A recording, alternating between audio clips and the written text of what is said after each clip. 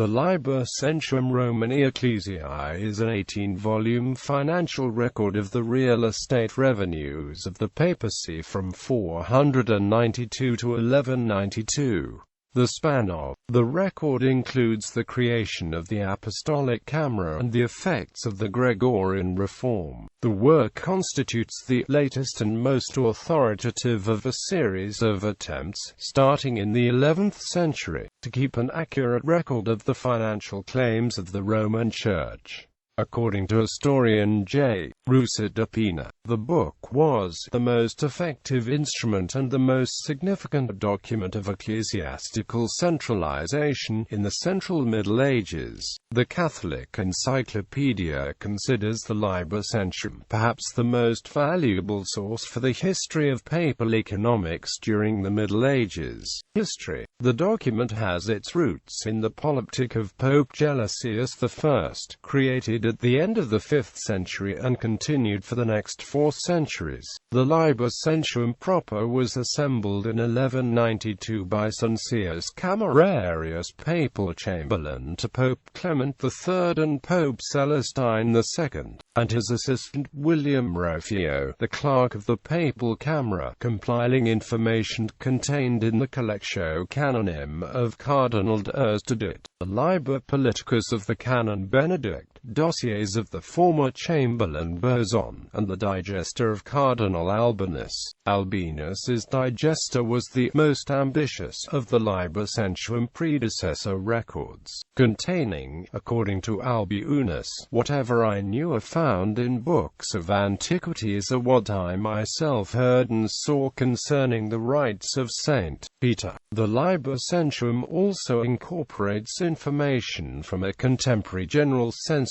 and rent table of church properties organized by diocese. The Order Romanus, as it pertains to the distribution of payments to the curia during such ceremonies, and works of pontifical history such as the Liber Pontificalis. The earliest documentary evidence for the use of such a document of papal property rights goes back even earlier to an 1163-1164 letter from Pope Alexander III to the abbot of Lagny-sur-Marne requesting an annual payment of 1 ounce of gold, owed according to a certain work among the books of the Apostolic See. Although this specific claim dated to the time of Pope Urban II, the abbot rejected it and there is no evidence Alexander III pursued it further. Such incidences are likely what Cencius refers to in the preface of the Liber Censuum as the no little damage and loss incurred by the Church as a result of earlier records being incomplete and neither written or arranged authentically. Furthermore, the Liber Censuum was compiled at a time when the papal patrimony was threatened by the Stauffen Emperor and individual payments from sources throughout the continent were being reduced by the evasiveness of pairs and the inefficiency of the Apostolic Camera. Contents.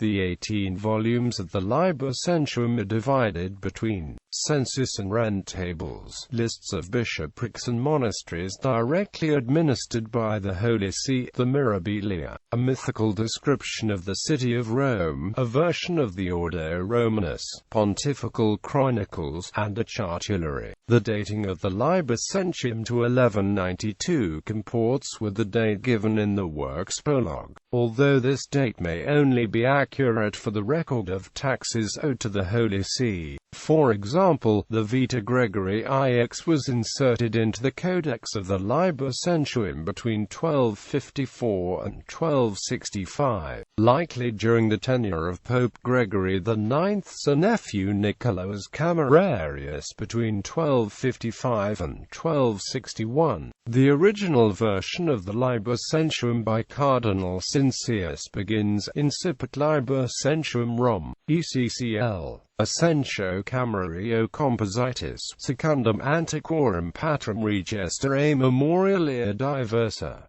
A. Incarn. DNIMCXCII. Pond. Celestini pp. 3a2. The Liber Censuum described itself as an authoritative list of those monasteries, hospitals, cities, castles, manors of those kings and princes belonging to the jurisdiction and property of St. Peter and the Holy Roman Church, and owing census and how much they ought to pay. The value of the rights recorded in the Liber Censuum is difficult to quantify exactly, and in any case, unlikely to have been paid in full. V. Pfaff, estimating historical exchange rates, assessed the value of the revenue cited in the Liber Censuum as 1,214 gold ounces, a sum that would comprise less than 5% of Richard I of England's annual income. The Liber Censuum, however, does not include several sources of papal revenue, in particular those collected in kind and the revenues of the basilicas of Rome.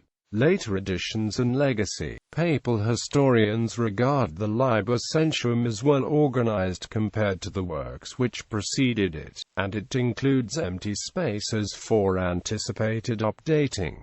The intent was to allow future camerarii to add future entries until the end of the world. The original version of the Liber Censuum was identified by Paul Fabre in the Vatican Library, with its blank spaces having been exhausted during the pontificate of Cincius and 5 new volumes having been added to the beginning and end of the document. A new version of the Liber Censuum was compiled by Cardinal Nicholas Roselli in the 14th century. A 1228 version of the Liber Censuum in the Library of Florence was updated through the Avignon papacy. By the end of the 13th century, the addition of the dossiers of the cities of the Papal States and other papal biographies swelled the document to 33 volumes. A copy of the Liber Censuum, along with a tiara, was given by Antipope Clement VIII to the legate of Pope Martin V